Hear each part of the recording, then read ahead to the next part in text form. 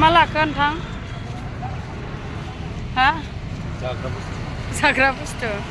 मा जाग्रा बुस्थुलाय थांनोसै लोगोफोर बेरायनो नै हारसिं जाजोब्बाय जाजोब्बाय मालाय नानिजों राजाजों उनाव गाखोनांगोनलै गाखोगोन उनाव दे गाखोदो उनाव मानखोलांदो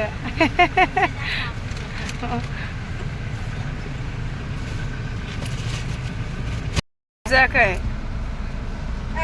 थांनोसै जोंनिया बेरायख्रावहैनोसै enjoy enjoy enjoy enjoy yes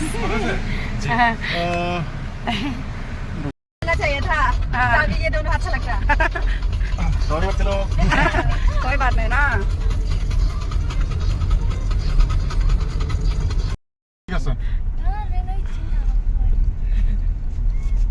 इतना दूर क्या नंबर 704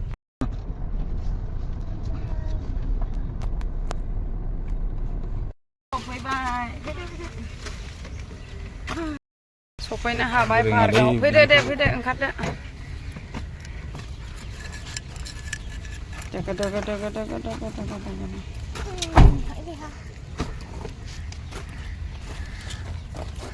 जा मोजां ने पार्कआ आयै दिनै फार्स्ट टाइम फैदों बे पार्क पुरा गोथां गामिनि बायदिसो माथो ना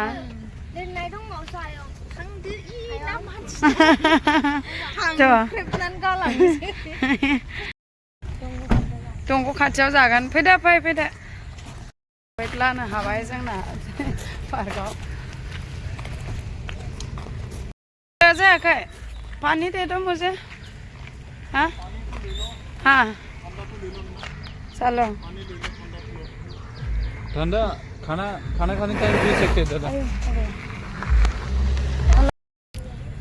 बे पार्किं बिथाङा पार्किं खालामनानै फैबाय जोंना हनै सानैया होलांगासिनो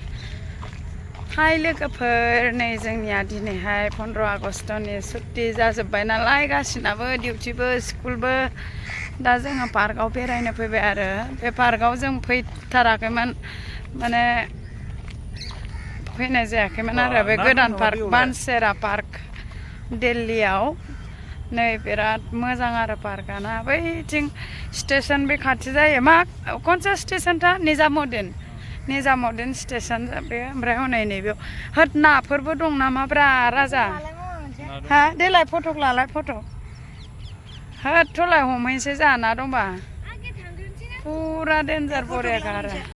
फैनाया फुलखौसो लब जागासिनो जै लालां गारियाव सोनानै दोनबाय फुलखौ खावनानै गारियाव सोनानै दोनखोमाबाय पार्किंआव डेन्जार सिखावसो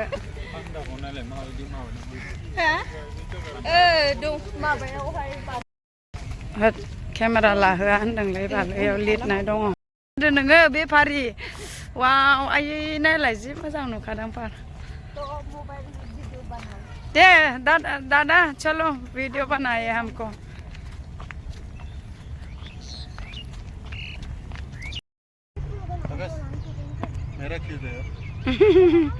आ जाओ वाव नै लोगोफोर नायदो पार्कआव बिराद गिदिर फुल दङ फुख्रि चलो मछली भी पकड़ते भैया पकड़ेंगे नाबो दङ दां हनै ज्रिब जादों माथो नीचे बैठ के खींचो वाव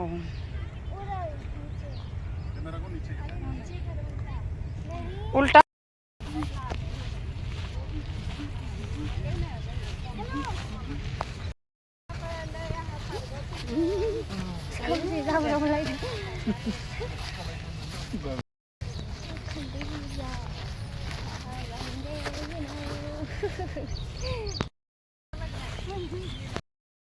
बढ़िया है क्या दादा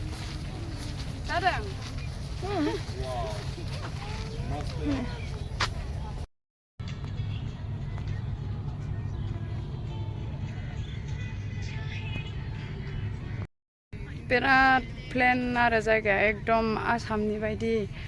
औवा दंफां माबा माबि बिदिजोंनो बुंफबजोबनाय बेवलाय दाउस्रि आथिं गोजा ने दाउस्रि आथिं बिबार ओयाव गाट आंकोल दङ नै बिथिं ओमफ्राय बै मा दै जमुना दै जा गिदिरखा आरो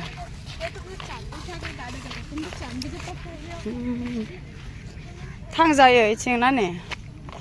फुरा जंगल आरो नै हाग्रा हाग्रानो लोगोफोर उसुमै नङादां बियो उसुमैयानो ओमफ्राय हाइब्रिद बियो जाजायादांलै बियो ना जायोथाय मिन्थिया ना मोनथावना जायगासो नुहुरबाय माथो नायलाय हनै उसुमैयानो ब्रा बाट बियो उसुमै नङादां जारी होय ना जारी है ना ये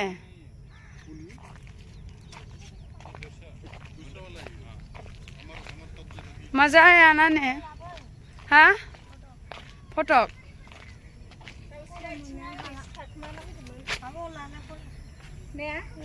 पूरा हाग्रा ओइथिं दैसा जमुना दैसानो बेरायखां हिरिखां जानो लाहार फाहार हानबाय जाग्राया न'निफ्राय जाग्रा लाबोखादोंमोन आरो नै ना क्या फास गया कुछ ठंडायालाय माबाया कल चलो अब जाएंगे खाने पीने के लिए शीशा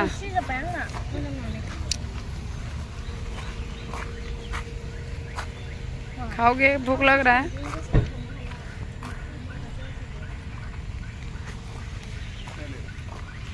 खाना पीना लेके पूरा तैयारी के साथ ना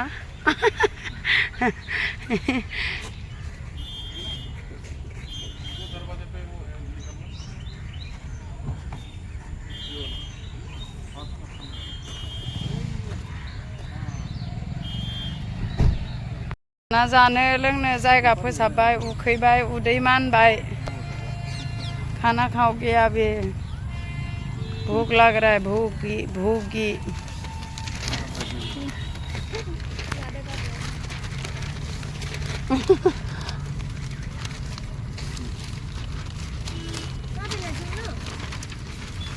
डबल करके बैठो नहीं तो पानी आ जाएगा हाँ बेटा पूरा जाखावनोसै है नुबाय थाथों गारियाव थांगोन गारियाव फैगोनखौलाय फुख्रि खाथियाव ओंखाम जानोसै ना जारा थ' हमहैनोसै दा हांसोखौ एकदम जायगायाबो गिसिलै नै माबा जस्लं जनानै हाँ कोई बात नहीं ऐसे बैठ लूंगी डबल कर लो ना कोई बात नहीं नैबे ब्लैक कॉफी नैबे गुगुनी साना प्याज हानाय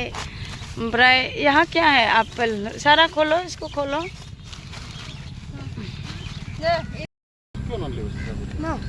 भूल गया कोई बात नहीं ऐसे खा लूँगी नहीं पूरिया माथो लादु बिदु जाजोब्बाय बोरो ओमफ्राय माबायालाय प्लेट वगैरह बारकोड घुरिलो आमी खावनोसै होमबा ने नोंथां हाब दे होदो राजा नोंथां ए ध्यान से यार कुछ काट क्या कुछ घुस रहा है गिनायजोंनो मानबायलाय लांबायसो दां मानोथो बिदि जखो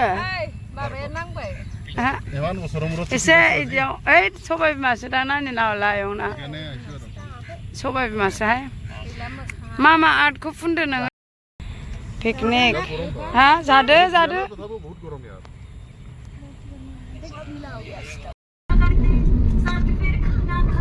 आयो क्या गाना है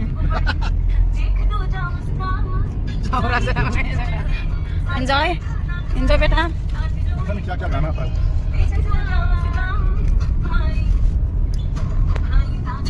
क्या गाना है ये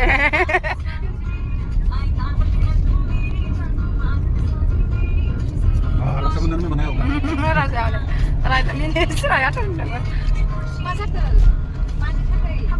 जेनिबो नङानो रा मालाय बे मोनसे फेशन ब्रा मोनसे मालाय बेनाबो